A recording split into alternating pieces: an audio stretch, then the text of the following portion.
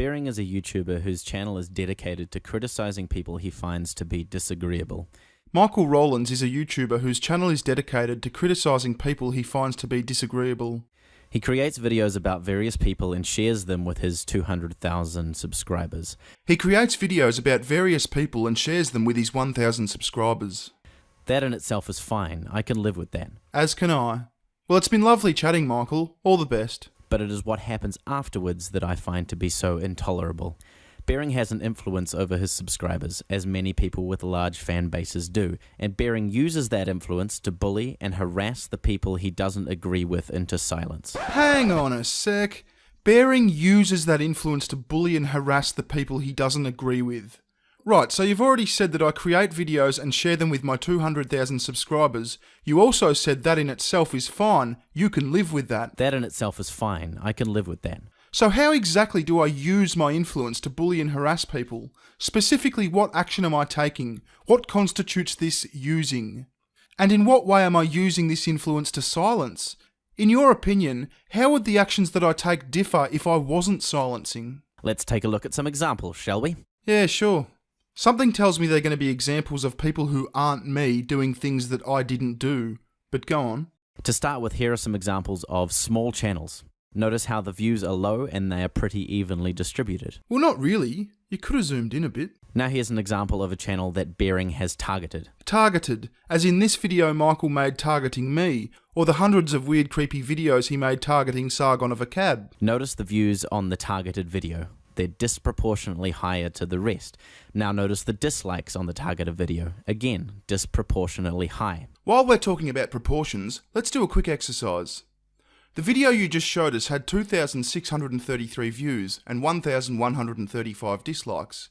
Now my channel has 228,970 subscribers. So assuming that all of the views and all of the dislikes are from people who have come directly from my channel, that means that for every one of my subscribers, this video got 0.011 of a view and 0.0049 of a dislike.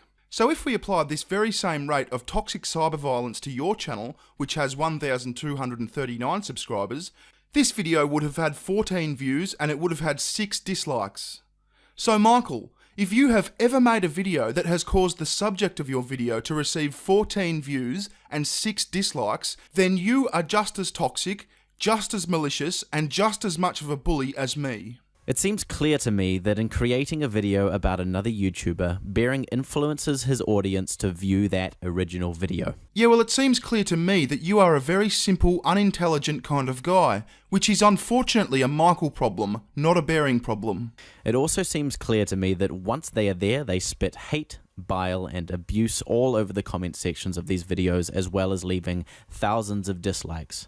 Any honest person would admit these things. Admit is the wrong word, Michael. To admit something, you're basically coming clean about something that you have done, and I have not left any of these dislikes or comments. I acknowledge that this sometimes happens, because to acknowledge something, one doesn't have to be personally responsible for that thing. Bearing seems like a reasonably smart guy, so I would assume that he would agree that these things are true as well. I'm not that smart, Michael, but from where you sit, I must seem like Einstein. The question is Bearing responsible for this abuse?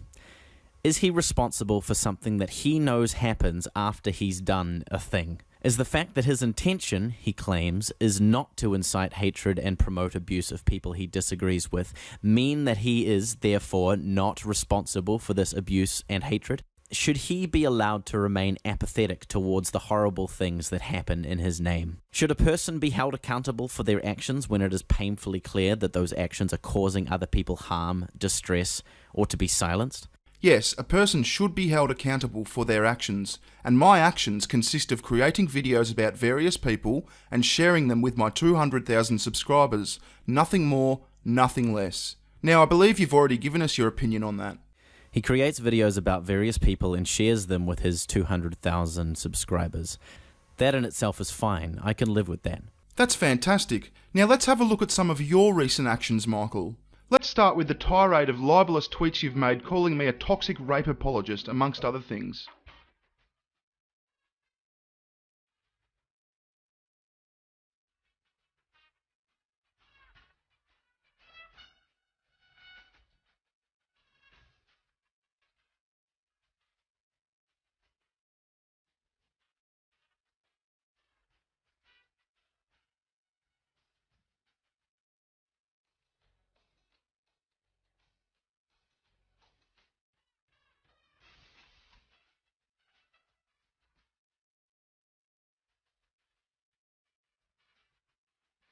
Then there was the time you edited that live stream we did to make it sound like I said I'm okay with rape. Bearing, let me ask you. If there is a girl who is passing out, like coming in and out of consciousness over a period of the night, she's obviously been drinking a lot because she's throwing up in a hallway, is it okay to have sex with that girl?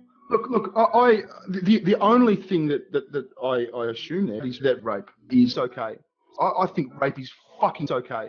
Now, any reasonable person watching this video will be thinking, gee, there's some pretty strong accusations. I wonder what Michael is basing them on. Well, about a week ago, I hosted a live stream with Michael and a couple of his mates that ended up getting fairly heated. Here's the very end of that live stream, just before Michael was ejected. What are my toxic beliefs about consent, Michael? That's what I'm trying to understand. That's why I'm asking you these questions. What, so you don't even understand them, and yet you label them toxic? You fucking idiot. No, I had an idea about why they were toxic before this, but I'm trying to clarify. That's why I wanted to have the discussion with you rather than going back and forth. You've made an assumption here about me, just as you have in this case about Brett. And that's why you're a fucking idiot. What a lovely guy. Anyway, let's get back to his video about how much of a bully I am. If a person gets drunk and drives their car into a crowd of people, killing and maiming dozens, should they be held responsible for something they knew could happen if they chose to drive drunk? Does the fact that their intention was not to harm these people matter in the slightest? Should they be allowed to remain apathetic towards the results of their choices and get behind the wheel and drive drunk again? No. Okay, a couple of things here, Michael. Firstly, the fact that you're comparing what I do to the actual killing of human beings is telling. It demonstrates your dysfunctional brain's inability to reason. And secondly, for a bloke that has spent the last week arguing that once a female is intoxicated, she has absolutely no responsibility for the actions that she takes, you could not have picked a worse analogy. Tell me, Michael, if a girl gets drunk and drives her car into a crowd of people, killing and maiming dozens, should she be held responsible for something she knew could happen if she chose to drive drunk? Bearing is a bully, intentionally or not. I disagree. Michael, on the other hand, has intentionally and maliciously spread libelous false allegations about me based on what can only have been invented in his own head. Bearing claims that he is against the behaviour exhibited by much of his audience, that he has a disclaimer on his videos that discourages abuse and harassment, and yet it does not stop. I propose that if Bearing actually cared about bullying and harassment, that he would make ongoing, vocal pronouncements of his opposition to this behaviour. He would make it abundantly clear, as often as he could, that he is not okay with how his audience behaves. But I know that he won't. Firstly, because he would take a massive hit to his subscriber base and his income. And secondly, because it would require intense self-reflection and a maturity level that I believe that he does not possess, and a commitment to intellectual honesty and integrity that he is not willing to make. I can't believe this moron's lecturing me about intellectual honesty and integrity. Now, Michael, if I was to voice my opposition to this on a regular basis, I don't think my subscriber base would be affected at all. But I will not presume to dictate to others what they can and cannot say. That would make me a hypocrite, and I am not a hypocrite. Now, as some of you may or may not know, I recently did a video about Bearing, pointing out some of his toxic ideas and exposing him as a bully and an inciter of internet harassment. Now, I was done making videos about Bearing. I had said what I needed to say, and that was fine, but because Bearing is such an immature baby, he continues to whinge and cry about me and the things that I have said, and rather than actually do some self-reflection like a normal adult, he has decided to try and get under my skin. Today I liked a video by a small YouTuber who was talking about feminism.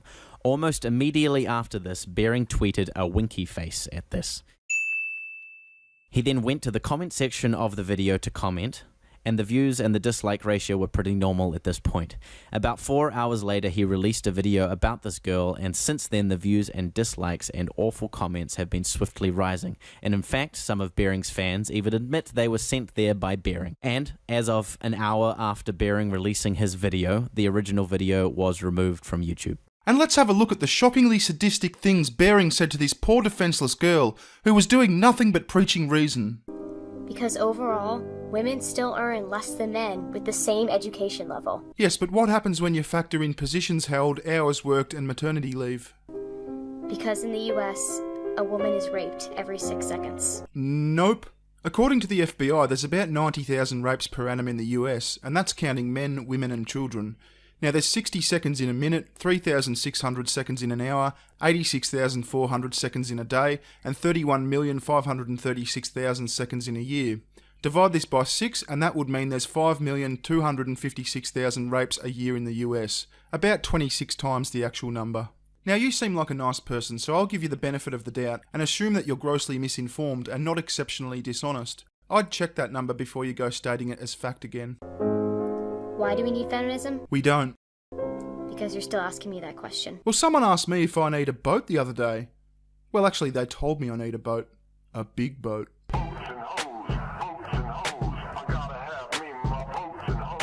Now, Bearing knows I care deeply about internet harassment and abuse.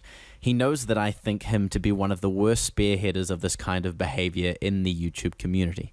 So it seems odd to me that Bearing would make one of his criticisms about a feminist video that I liked immediately after I liked it, even going so far as to credit me for pointing it out to him, and still claim that he is not complicit in the harassment and abuse and silencing of dozens of other YouTubers. Well, you know what seems odd to me, Michael? You know that I follow you on Twitter, so you know that if you like something on Twitter, it will show up in my feed. So if I'm responsible for bullying and silencing this girl, then surely you are too. You're the one who threw her under the bus by sharing her video with me.